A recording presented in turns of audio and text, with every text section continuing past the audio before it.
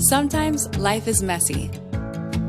Have you ever wished you could refocus your mind, home, relationships, and work life? Join us as we use research-based information to make practical changes and simplify life. This is Life Simplified.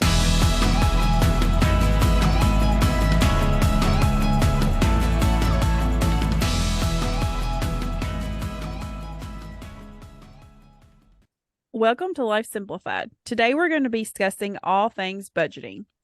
If you are one of our loyal followers, we have discussed on this podcast ways to save money during the summer and ways to save money in the kitchen. One area that we really haven't discussed are family budgets. So I thought it would be a good time to talk about either starting a family budget or maybe revisiting your budget if your family already has one. We have discussed over the past few weeks some tips to help transition from summer to back to school. And just like any new transition into a different season, there are additional costs, whether it be extracurricular activities, school trips, books, if you're going back to college, computers. So it's a great thing to just take a step back and either make a budget or revisit what you already have. So today we're going to be discussing how to build a budget, the importance of communicating about finances with your family, and ways to get your children involved with your finances. So we're going to start off with a question for you all. What benefits have you all found from developing a budget? So I think having a budget helps with clarity on where your money's going each month. You know, what exactly are we spending it on? Is it eating out? Is it clothing? Is it fun stuff? Is it, just everyday bills for, electric, water, all those things, just so you kind of know, because then you can identify, like, where can I cut back? One of my things about far as budgeting, if something happens and your washer goes out or, something breaks, of absolutely having that extra money to be able to fix it too. That budgeting that in, saving extra money, because things happen in life. So we need to make sure that we can take care of what we do have when it does. When I know where my money is going, I'm not spending quite as much as I would if I'm just swiping that card or not really thinking about it. When I first started frequently creating a budget, it was because I realized that I was spending so much money dining out, and that's not exactly where I wanted my money to be going once I added up to actually see how much I was spending. So now I've got that set amount that I give myself each month that I'm like, okay, you can spend this dining out with your friends, going out to lunch. And then once it's gone, it's gone. And so then I can feel comfortable with that amount of money. I definitely agree. And I think like the dining out, just money on food in general is really where a lot of our money kind of gets taken, that you don't realize. It's because it's something you need to eat, so you're not really thinking about it. It's not like going to a movie or a concert or a vacation where you're really like, oh, do I have the extra funds for that? You just kind of spend it. And as we're going into the back to school season, I know I really start thinking about, like, my kids aren't eating at home as much. And so what does that look like as far as preparing for them to either pack their lunches and needing extra money for the grocery store, or buying lunches at their school? So that is one of the areas right now that I'm thinking, okay, we need to kind of start adjusting the budget, because I know that's going to be a different expense than it has been for the last few months during the summer. Yeah, that's similar for us. We have a daycare that sometimes closes a little bit during the summer, so we've had to luckily we've had grandparents to watch our son, and now that we're transitioning back into full weeks with daycare, we're going to have to start paying the weekly cost versus, so it's kind of a mix of, we were buying more food and less daycare expense, and now we're going to be more daycare expense and less foods at home. So I think that definitely is a great thing to think about. So just kind of basic, just building a budget just allows you all to find the unnecessary spending habits that you may have, and it just helps you identify exactly where your money is going. So first, we're just going to talk about how to build a budget. And the first step in that is setting goals.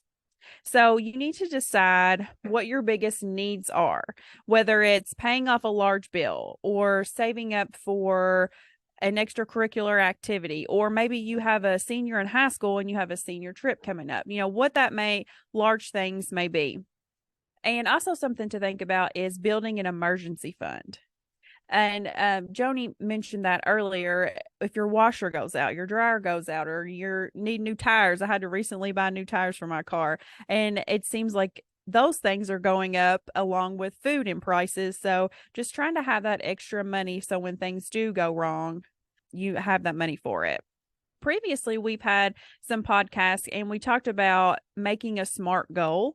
And so if you haven't had a time to go to listen to that, I would suggest that you go back to listen to how to develop goals that are smart and measurable and they're timely. And that way, when you do set your family budget goals, you're going to be more successful. Some tips when you're starting a goal is to start small.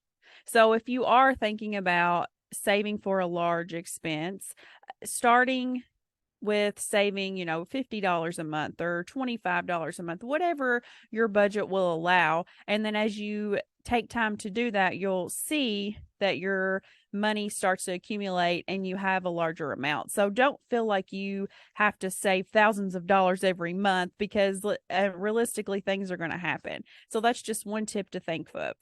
And also when you're setting your goals, you want to think about paying yourself first. So when you get your paycheck, whether it's monthly or biweekly, whatever that may be, taking that money out at the beginning as soon as you get your paycheck, because you're not going to miss it. And that way it's gone, it's out of sight. Whereas if you do wait and you're like, oh, I have, $50 extra this week, I can save it. You may have more if you go ahead and take it out at the beginning of the week or however your paychecks come in. And I've found with paying myself first, if I wait till the end, I can always find something to spend that money on. So if I pay myself first, then I'm less likely to find that thing to spend it on.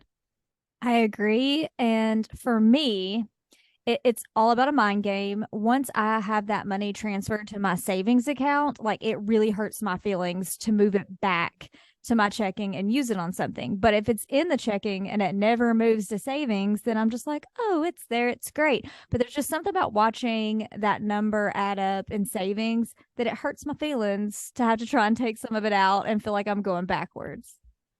I also agree with you, Tiffany, because being able to bring it out of that savings account, I don't like to, but sometimes you have to. Like my water bill this past month was $170.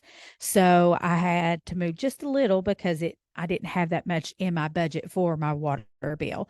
But just also remember it's there. Yes, you do not want to touch it. You want to save it as much as you can, but don't put yourself in a bind somewhere else that you got that extra money. So after you sit down and you develop your goals, the next thing you want to do is list your income. When you list your income, you want to think about all the different ways money is coming in. You want to look at it in ideally a monthly setting. So if you are getting paid twice a week, you would add that up. Do you have money coming in from Social Security? Do you receive public assistance? Do you have multiple jobs, or just maybe there's some money that you just have additionally that comes in that you just want to make sure you're accounting for all of the money that comes in? And once you have that total, you want to go ahead and look at your must spend items. So what do you all think a must spend item is? Food, shelter, utilities. Yeah, exactly. So those things that you have to pay, whether it's your car insurance, or if you have a mortgage to pay, childcare. That's one thing that I mentioned earlier. If there's a loan, an extra loan, or fuel, something that if you have to travel to work, those are must spend things. So you want to make sure that you're incorporating that into when you're making your list of your must spend things. And so if I'm going to put in the show notes, there is a great publication and different forms from Penn State Extension that break down exactly list and how you could do this to make it a little bit easier. So if you've never had a budget before, or if you just want to maybe rework your budget, we'll have that there. They're downloadable PDFs and you can fill that in. So this will kind of help you a little bit if you're starting your must spend items. But I also want to think about when I mentioned you want to kind of do this monthly, but it doesn't hurt to sit down and think about yearly as well. Because if you're looking at saving your emergency fund or building up that extra savings account, what are some things that you pay for that are annually? Think about taxes. Or what about those holidays when Christmas comes around, or there's birthdays that come around? And so if you incorporate these into your must spend items that you have each year or each month, however you dream up your budget, that you will account for those. So if you put $25 back each month at the end of when Christmas comes around, are you going to have that extra money? Whereas if you wait until October and you're like, you have 2 months to start saving for Christmas. So that's something to think about when you are looking at your must spend items. Just to kind of stop you for a second, you was talking about saving for Christmas and also taxes. Many years ago, our local bank offers as far as a Christmas club. And I started doing the Christmas club for Christmas, number one, and for our taxes. It never failed that every year our car taxes come along with our house taxes, our property taxes. So I started putting extra money in. I never see it. It comes out automatically every week at the end of the week when we get paid. And then that money is there for me for Christmas and also to pay our taxes. So that's just another tip that I do when I'm budgeting too. And when I fix my budget, I automatically take that out of my budget too. So that way that money is already gone. That's great that you do that, because it's sometimes these things sneak up on us. Even if you do birthdays, I have like a yearly calendar and I'll write everyone's birthday down, that because in our family we have like 3 birthdays in July and it can get expensive. And so it's just important when you're making your list to think about those things. And the last thing that you want to put on your expense sheet and into your budget are flexible expenses. So what do y'all think are examples of flexible expenses that you would want to put into your budget? Starbucks. No, I'm just kidding. Yeah, I think about my fun money. Like, I want to budget money for like the weekends. If you get a free weekend, you want to be able to do the things like I said, like you want to be able to go to a movie every now and then, or go out to eat dinner, or take the kids to play miniature golf, or just anything just for just a little fun, spur of the moment fun. That's what I think too. I think of my dining out. While I think it's necessary that I have that, it's really not. I could do without that. So that is that's one of my flexible expenses, that dining out. And like Tiffany said, my fun money. This is and I can spend it on whatever I want. So if I want to dine out with it, or if I want to go buy myself something pretty, whatever you want to do, that's your fun money. Exactly. So fun money is a great way to look at it. Something else that I'm not sure you all do, I'm not there yet, is allowances for your kids. I'm not sure if that's something that you all have done or strive to do. If you have your kids do chores and you give them allowances, but that could be in that flexible account, because flexible expenses are just monies that you have left after paying your must-have things that to use for. So is that something that you all do or include into your flex expenses? Well, when my kids was smaller, which mine are all young adults in their 20s now, we did. Now, they did not get paid for cleaning their own rooms. That was their choice. That wasn't their choice because they didn't want to clean them. But that was their responsibility because that's their room. But if they did helped with dishes as they got older, or far as swept the floor, dust, even give the dogs a bath, I would have a set amount each week that they would do. But like I said, cleaning their own room, that's their responsibility. I have actually started researching this because I would like to start an allowance, but I'm really torn between do you work for this money? Do you get this money? And this is used to pay for X, Y, and Z. So I've actually been doing some research on it, and I thought it might be a really good podcast topic. So I'm really glad that you brought it up. As soon as you brought it up, I was like, oh, yeah, I've been looking this up. We need to talk about this. So listeners, if you think that is something that you would want us to dive deeper in, because I've been looking at it personally, but that's something that I really think we could benefit from a group discussion, looking at the research and seeing what we've all done. So I like it. We should talk about that. I'm working on putting it into the budget, but I haven't decided how to do it yet. Okay, so I'm interested in the research. I will say that we do not give our kids an allowance. That's not something that we've ever really started with them.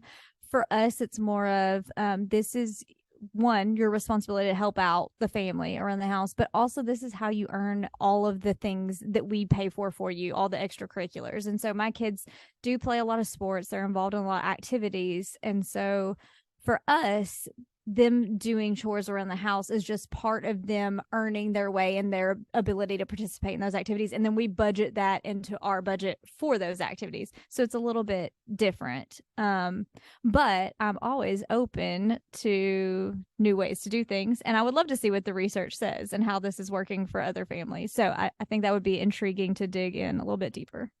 Well, it sounds like we've definitely stumbled upon a new topic, but just in the information that I've kind of found is that the allowance is more it could be in that flexible, and as we'll talk about a little bit later, it's also an opportunity to get your kids involved in talking about finances as well. We've talked about listing our incomes, we've talked about our must spend items, our flexible items, and then the last thing is checking your plan. So this always is a great thing to do. So after you get your whole plan together, you want to make sure that it balances out, that you're not going over what your income is. And if it doesn't, you can go back to those flexible expenses. Is there something I can take out? Maybe this week I don't need to go to Starbucks, or I don't need to go out to lunch. I need to pack my lunch. So these are just some things to think about, is just sitting down and checking your plan. And this could be something that you do monthly or every other month. It's kind of whatever works best for you. Because as you can kind of tell, we all do things differently, but we all do have some sort of budgets. Just because the information that we're linking has it kind of laid out details on how to do it doesn't mean that your family has to do it that way, but it's just a general guide for you to use if you have not developed a budget before. The next thing we're going to dive into is communication. We talk about communication a lot on our podcast, but maybe not into the realm of financial communication. So I want to take some time to just talk about the importance of sitting down and communicating with your family about finances. Is that something that you all do typically? And if it is, what does that look like? Is it something you do weekly or monthly? I'm interested to hear from you all. Well, for me in my household, my children, I mean, they really don't. They kind of have an idea, but they don't, as far as what our budget and our spending plans is and that. Now, me and my husband, we sit down and talk about it. We may not do it every week or every month, but we do sit down, especially if we know we've got something big that we've got to purchase. We discuss it, how can we cut here, take there, to do it, because with our general bills, he already knows like what they are, so if we need to cut out going to Starbucks, I was kidding when I said that a while ago, but that is something that I do enjoy having also is Starbucks, but just trying to decide, okay, we don't need the flexible spending things. We need to put it towards something else. So he's very involved when it comes to our finances as well. Yeah, very similar. For us, my husband and I communicate a lot on finances, and I kind of take the lead in making sure the bills are paid. But we both know what we have and what's going on. We know how much is in our savings, and if there's a big expense or an expense that we didn't really expect, then we discuss like, what is this going to look like? How are we going to tackle that?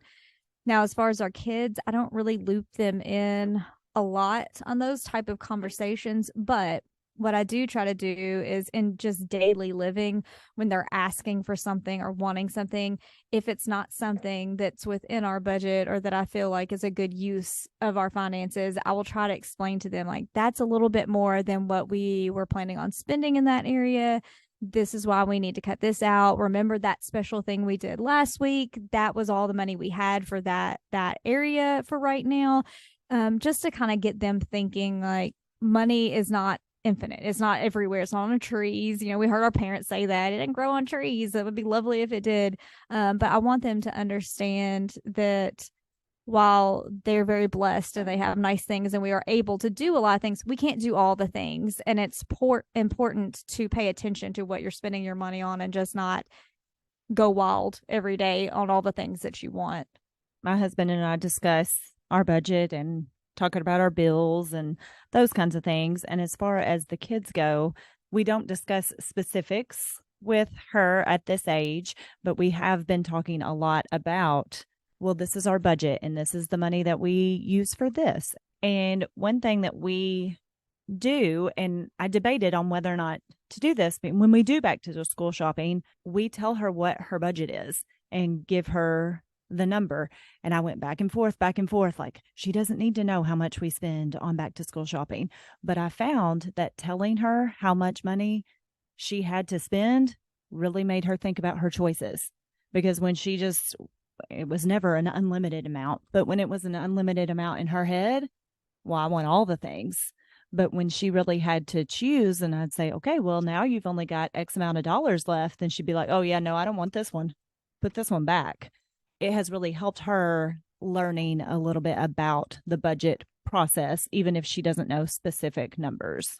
Yeah, I do think when you're out shopping with your kids, if you let them know how much that item is that they're wanting, because sometimes they just want it because it looks neat or it's cool or it's the newest whatever, and they don't really pay attention to the price on it. But I've noticed, especially with my daughter, if we're out shopping for clothes and she's like, I want this, I'll say, okay, well, that top is X amount of dollars. And she is really cognizant of like, oh, no, that's too much, mom. I don't want you to spend that on that thing.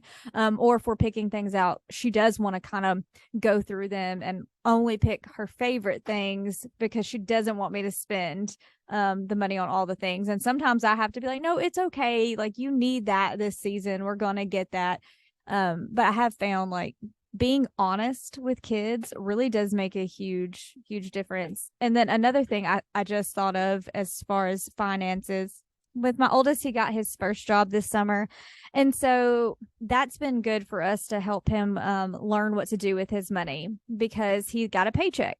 And so we're now talking with him and we're taking him to open up a checking account and keep up with his money and keep up with what he's making because he is about to turn 16 in a little bit. And so driving is on his mind and a vehicle's on his mind. And so we've told him, you know, we're going to help you get a car, but you have to pay for half of it. And so you need to earn that money. And he's working on doing that. So I do think just looping them in on everyday type things and discussions, it can be really helpful.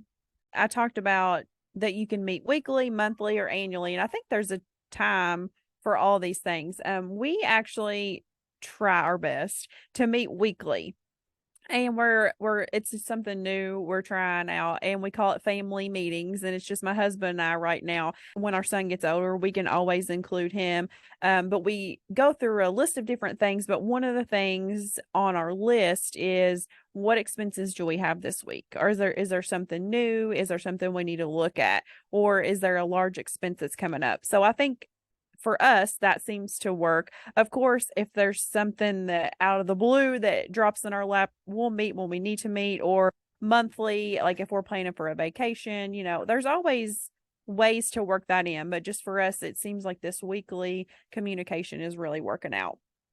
I just want to go over a few tips that'll help you when you're communicating about finances. So when you do sit down, you want to make sure that it's in a location that you're not going to be interrupted. For us personally, we wait until our son goes to sleep because he's a toddler and he's, here and there. We're trying to find out where he's at, trying to make sure he's not jumping off the bed. So that would not be a good time for us to try to talk about finances. So we pick every Sunday night after he goes to bed, and that's our time. So just finding some time or location, whether you have to maybe get out of the house. Is it maybe you go for a coffee with your spouse or whoever's in your family and you sit down and talk about those things?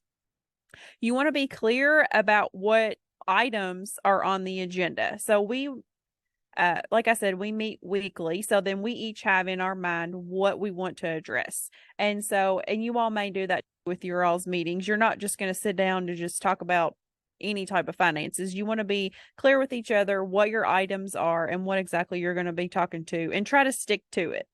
One tip is just to recognize that whoever makes the most money doesn't necessarily make all the decisions. And sometimes that's hard. Just everyone's incomes are different, but just making sure everyone recognizes that fact. And then let everyone speak freely, share personal wants, needs, feelings without being judged, because finances are hard to talk about. Growing up, and you all may have been in the same way, it wasn't really talked about. I think it was just that generational thing that we don't talk about finances in front of our kids. And I think maybe that it's starting to transition to where we do that. And so if you do have your kids in these family meetings, this is just important to make sure you're listening to what their wants are. They may want the newest Xbox or whatever this game is. And even though you're thinking, no, we're not doing that, just letting them share their thoughts, their feelings without that judgment. Like I said, I have older children. All of us are in a different life stage right now.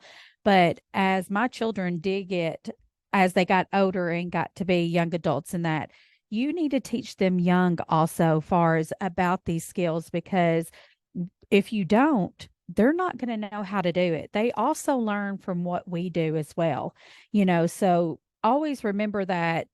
Is this the best way or is this not the best way? It's going to be different from every situation, and as far as what your family dynamic is. But, I think about my oldest son. If I didn't sit down and show him like how to balance a checkbook, or also write down what his bills was, also far as what bills need to be paid this week, or what bills need to be paid every 2 weeks, because he gets paid every 2 weeks. And so just sitting down with them and being aware for them as they get older that you do need to teach them, because they're not going to know how to do it if you don't. That's a great point. Here's one, be open to negotiation and compromise. So that goes along with not judging when you're sitting down in your meetings, but being willing to just being open to that. So don't come up with your defenses up. We're not going to buy that, or we're not doing whatever that is. Just be open to these things. When you're thinking about your short-term goals and your long-term goals for your family, it's noted that if you write them down, you're more likely to do these things. So if you have a short-term goal of paying off this large bill, or going on a staycation with your family, or a long-term goal of saving up for a house, if you write that down as a family and talk about it, you're more likely to do that. So now we're going to transition into different ways to involve your children in finances. So you all have kind of talked about a few things so far. I'm going to go over some research that I have found. And again, I'll make sure that we link these publications in their show notes. That way you all can dive a little bit deeper, because I just kind of scratched the surface of what the opportunities are. So for smaller children, it suggests giving your child a few dollars, whether they earn it or you just kind of say, here's your money for the month. Here's your fun money. And when you go to the store, giving them options. So let them pick out, or you could pick out 2 toys for them, or they pick out 2 toys, and you say, which one do you want? And one thing I wanted to kind of bring to attention when involving your children, and especially for me too, is remember that we're all going to make mistakes with money. So allowing your kids to make those mistakes, they will learn from that. So they may have $25 and they pick the toy that's $24. And, if you give them 2 options, they may pick the expensive one. And then the next time they're like, you know what? I could buy 2 toys instead of the 1, right? So just allowing them to make those choices and learn. So that's just a tip for smaller children. School age children, that could be letting them be a part of family meetings, of your financial meetings, or maybe showing them how to write checks, or letting them fill out, if some people still do this, some people still send checks or payments in the mail.